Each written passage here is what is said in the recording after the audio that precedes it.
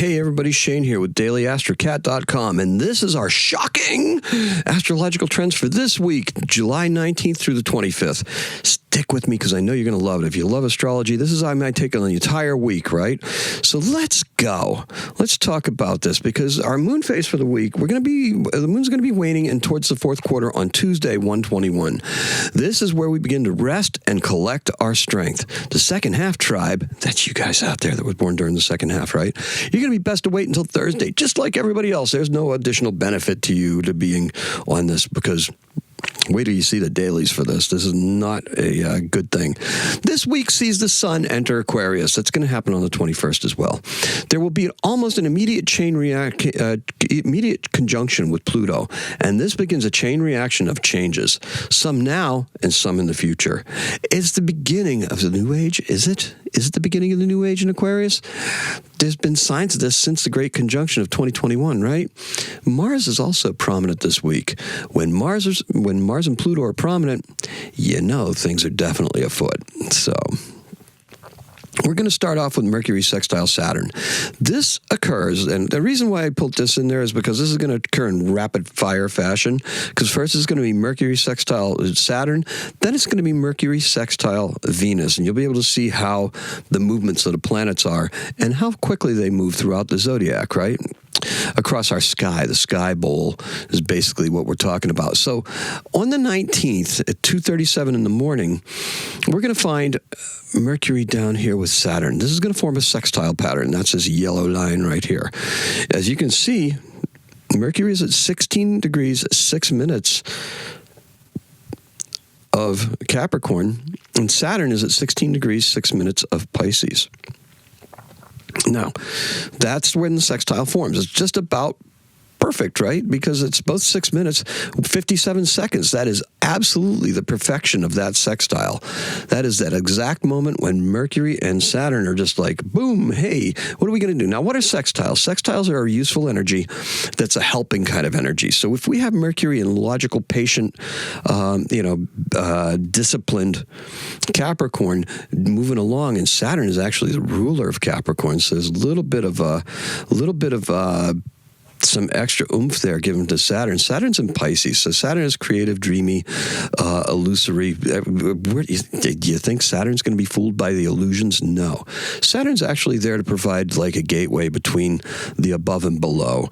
That's a very interesting metaphor that I have for it, because Saturn in Pisces is kind of constricting and restrictive, and it tends to make us go back to the conservative spiritual backgrounds that we may be from.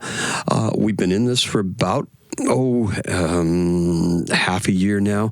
Saturn has a 28-year cycle, so it moves through the signs very slowly. It just entered it last year. Now, what we're really seeing here, though, is we're seeing Mercury and Saturn being able to help each other with some of that communication skills, some of that logical skills, some of those thinking things that we need to be doing, so we get some clarity into where we're headed, what directions we're going in spiritually. We're going to need that later on in the week, okay? That is going to be really necessary. Now, let's talk about what else we got going on here, okay? Because now, once we get out of this, we're going to go back and we're going to see Mercury sextile Venus. Now, Mercury sextile Venus happens to happen. It occurs at 11:32. So some 9 hours later, we're going to have this happening. Now, if you look in that amount of time, Mercury has traveled almost a full degree. Well, yeah, kind of like a full degree. More than half, okay? So it's 30, 35, 36, 37, something like that. I'm not going to do the math. Right around 35, okay? 35 degrees, 35 minutes in that degree. So by the end of the day, Mercury will have traveled a full minute. So it'll have gone just about a full degree. So 60 minutes in a degree, and those are seconds over there. So it's 16 degrees, 41 minutes, 7 seconds. You can see it here. Mercury is at 8 seconds. So this isn't quite exact. You'd have to shave a couple seconds off of it to have it be exact. But that is because Mercury and Saturn are, for all practical purposes, they're conjunct right there, right? So now with them being conjunct, we can see that the rapid fire succession, 2:37 in the morning on the East Coast, we had sextile with Saturn. rewind that 9 hours later, it's sextile with Venus. And this is going to be how we attract with our words, right? What we're doing. Remember, Venus in Pisces is exalted. Venus loves being in Pisces. Venus loves being in love, loves the dreamy world, loves that creative undercurrents that abound in the sign of Pisces, right? The art, the poetry, the music, the magic, everything that goes on there, the endings, that spiritual place of just where we're at, where we're resting, what we're doing. Now, how does it help it? Well, it helps communicate for artists. If we're trying to get a word out there, yes, it's going to help us do that. It's going to give us some practical guideposts that we can follow in order to be able to get our word out there and consolidate what it is that we're offering. Now, this happens on Sunday, right after that mystic triangle, that mystic rectangle that we had with the moon, right? Because that was a moon thing that was last week. Now, not very many people saw that, but we did end the week on Saturday with a little bit of a mystic rectangle with the moon. So there's some energy, and that energy is actually going into this video. You won't be able to tell because I don't know how mystical I am, but hopefully this is getting through to you and you love it and you're digging this information, right?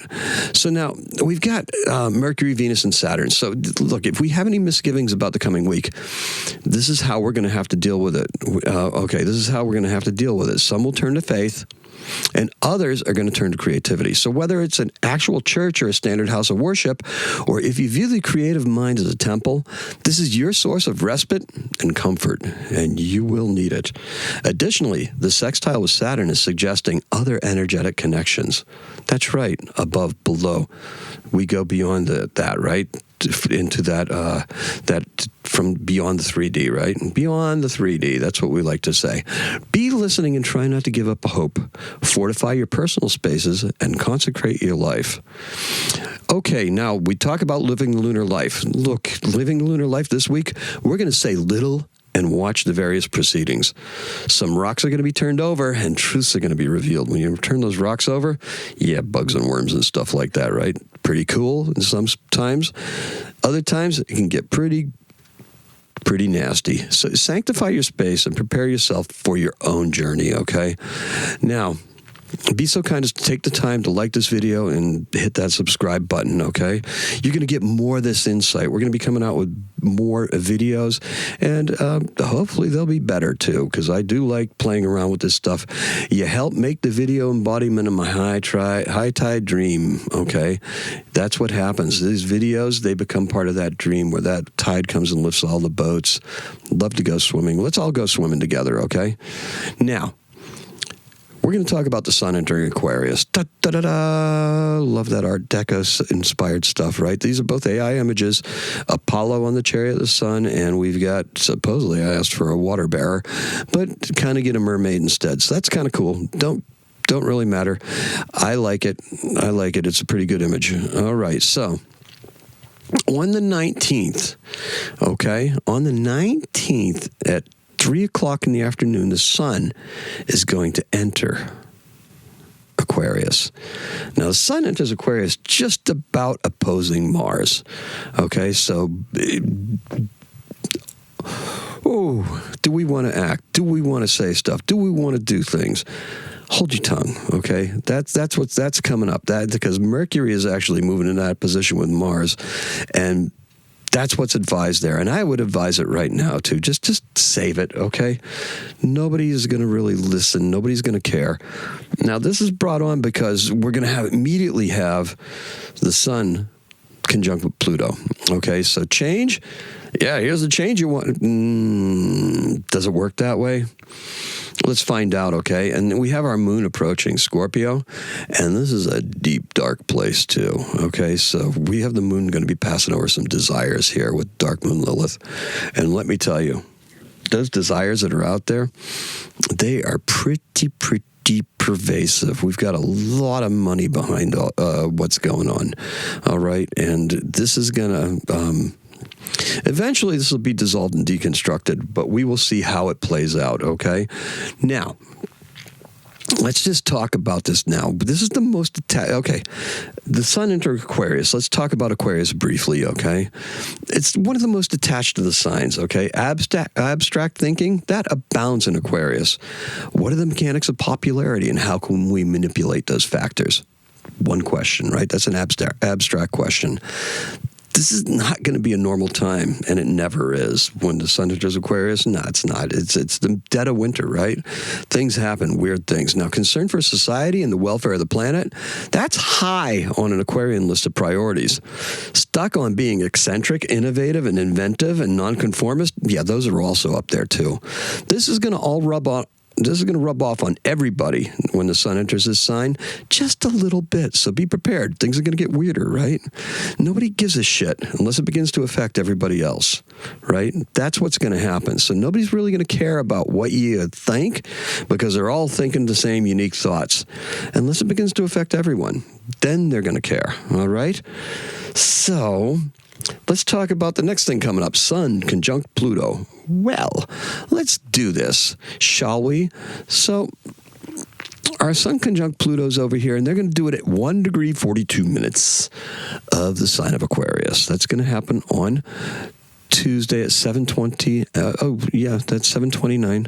Okay, so look, we're going to be talking about this first thing in the morning, right? So the sun actually had entered Aquarius on Sunday, but now, I think I might have said Tuesday. That's really weird, because it did it on Sunday. And that's what you get for not looking at your charts and the dates, right? So this one right here is going to happen on Tuesday. So Tuesday, we happen to have the sun right here with Pluto.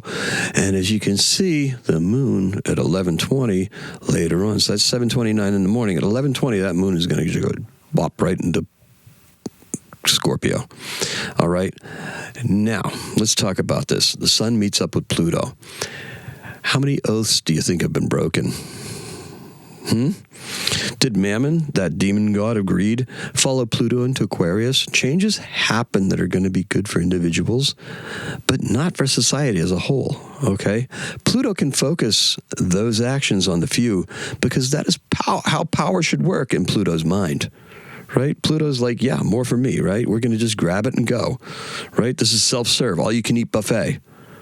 The problem is that the moon in the Scorpio persona, I like to call Scorpio, right? So all of my signs had realms, and realms had rulers, and the ruler of Scorpio was Scorpia. It was kind of like an embodiment of Persephone, loosely, okay? Loosely, combined with several video game characters, okay? Now, Scorpia is going to disagree with Pluto, all right? The moon and Scorpia are going to disagree with Pluto. This is not the way that power should work. It should not serve the few. And look, they're going to disagree because Pluto doesn't control entirely what's going on when the moon's in Scorpio. Mars is also the co-ruler, and Mars is going to actually be trine with the moon later. So this is going to be an agreeable energy between the moon and Mars in Scorpio, and the moon's in Scorpio and Mars is in Cancer, right? The magnetism of Mars, especially as Venus is getting nearer, oh yeah, Mars is becoming quite desirable. This is good because Mars is actually restrained in Cancer and preparing for the next moves, right? So this makes Mars very sexy, the quiet, strong, sexy type, right? Mars is gathering strength for intuitive creators who will help overcome this display this week of egotism, and I'll eventually return that power to the people. Okay, so now we have Mercury opposing Mars. We kind of hinted towards this, right? We did. I like that a lot. Okay, so let's talk about this. I still like that image a lot. I wanted to show it again. All right, so let's go. We have Mercury opposing Mars. Now, there's a couple things going on in this chart, and it's very busy. And I wanted to show you because we have, not only do we have Mercury opposing Mars, but we also have Mercury that's going to be trine Uranus, okay? And we have Mars as sextile Uranus. Now, this is very interesting. This makes a a triangle, right? It's kind of an isosceles triangle, inverted. And it also brings to mind what's happening, what's going on up here with this cradle formation, because we've got a sextile between Venus and Mercury, Venus and Uranus and Mars. So that's that cradle position. That's kind of like protecting us from above, but below we have that desire and the moon. We have these two things that drive hunger, right?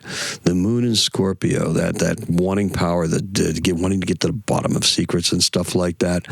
And the dark moon Lilith position down here, desire, that wanting to be apart, not wanting to be tied down, wanting to be independent, right? We don't care what's going on. We don't care what's being said around us. We don't care about who's lusting for this power. We know that this power belongs up here, and up here is with all the other planets. So if all these other planets are in play, those are planetary people, right? That's where that power needs to be coming from. That power is not just concentrated in the sun and Pluto. Mars is over here. Mars is going to have something to say about that. Uranus is over here. That has something to say about it. Jupiter, barely even speaking right now, right? Outside of the loop in that little Gemini area. Now, there will be a Jupiter, it's inconjunct right now for the most part. So we're really not able to see what it is that we need to do to grow, because this isn't the time for growth. It's winter, right? This is where we're supposed to be protecting and nurturing what it is that we're doing with Mars in Cancer. That's what we're doing. We have Mercury being very prudent in Scorpio. Scorpio, listen to me. Capricorn, I'm looking right at it. Making sure that communication is following along certain lines. We're doing it well, okay? That's what we're doing. That's how we're doing this. Now, bite your tongue. Protect your project and say very little. Not everyone wants or needs to hear what you say, even if the implications are as clear as day. As a professional astrologer, I often need to do this. It's part of the professional code of ethics. You can't look at somebody's chart and go, oh, look. No, you can't do that. If you say something, you'll go forward. If you say anything, not as an astrologer, but as a person, you're going to forgo the protective shell that's formed over you, okay? Maintain your forward momentum. Look, if we swing a bucket of water over our heads, the inertia keeps the water in the bucket, right? It goes around, and it goes around, and it goes around. We go, woo, woo, woo, stays up. We don't get wet.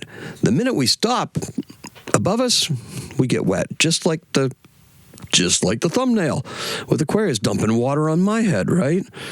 Or is it lightning? Who knows? I touched my keyboard earlier today and it made all my screens go off.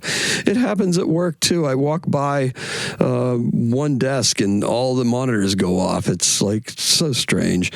It's just me. Don't know. Just the way it works, right? Anybody else can walk by her and nothing happens. I walk by and it's like everything goes off. Oh man, it all started one day when I touched it. Anyway, it's static electricity for the most part. However, look, if you stop that bucket, you're going to get wet. Look, in this chart here, we are the water.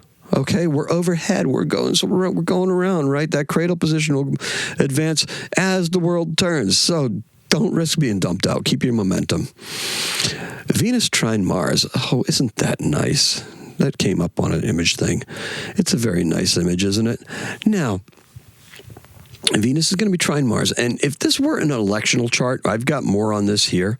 But look at that. We've got Venus in a 7th house of relationships, and we have Mars in the 11th house of our public perceptions and personas and stuff like that.